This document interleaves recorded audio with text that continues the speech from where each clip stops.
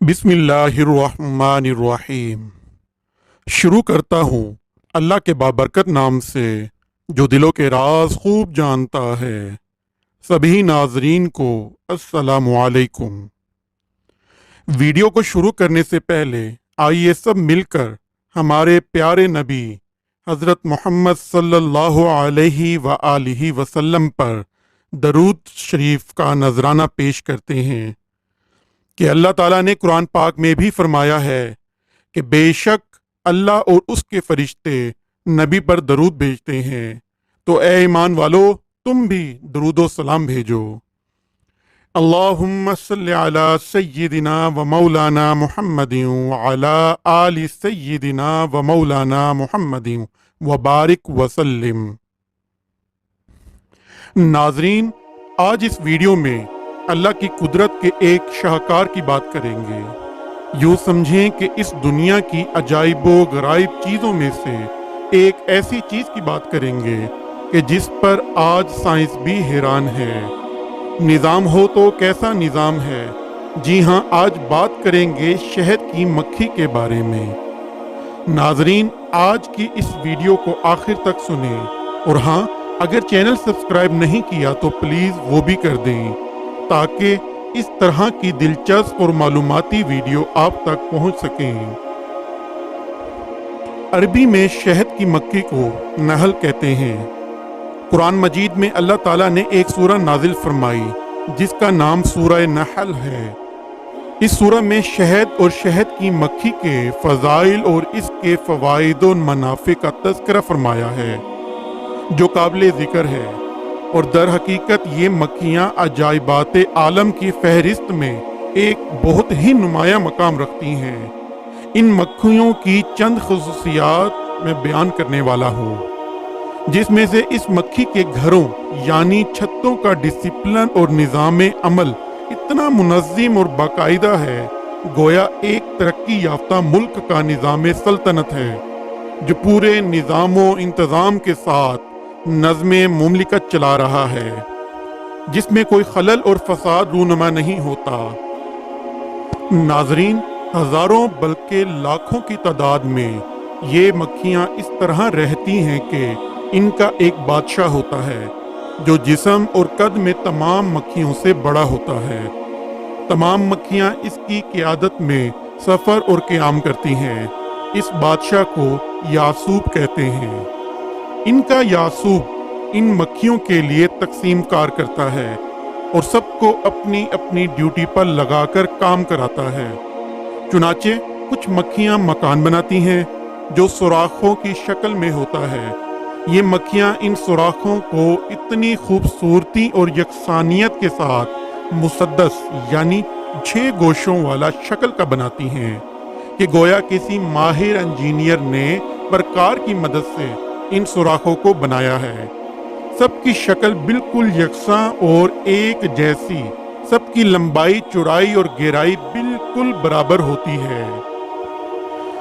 कुछ मक्खियाँ यासूब के हुक्म से अंडे बच्चे पैदा करने का काम अंजाम देती हैं। कुछ शहद तैयार करती हैं, कुछ मोम बनाती हैं, कुछ पानी लाती हैं, कुछ पहरा देती रहती हैं। मजाल नहीं कि कोई दूसरी मक्खी इनके घर में दाखिल हो सके। ये मक्खियाँ फलों फूलों वगैरह का रस चूस चूस कर लाती हैं और शहद के खजाने में जमा करती रहती हैं, और फलों फूलों की तलाश में जंगलों और मैदानों में सैकड़ों मील अलग अलग दूर दूर तक चली जाती हैं, मगर ये अपने छतों को नहीं भूलती हैं और बिला तकल्लुफ किसी तलाश के सीधे सैकड़ों मील की दूरी से अपनी छतों में पहुंच जाती हैं। ये मक्खियाँ मुख्तलिफ रंगों और मुख्तलिफ जायकों का शहद तैयार करती हैं, कभी सुर्ख, कभी सफ़ेद, कभी स्याह, कभी जर्द, कभी पतला, कभी गाढ़ा। मुख्तलिफ मौसमों में और मुख्तलिफ फलों फूलों की बदौलत शहद के मुख्तलिफ रंग और जायके बदलते रहते हैं। ये अपने छत्ते कभी दरख्तों पर, कभी पहाड़ों पर, कभी घरों में, कभी दीवारों के सुराखों में, कभी ज़मीन के अंदर बनाया करती हैं और हर जगह यकसां डिसिप्लिन और निज़ाम के साथ इनका कारखाना चलता रहता है।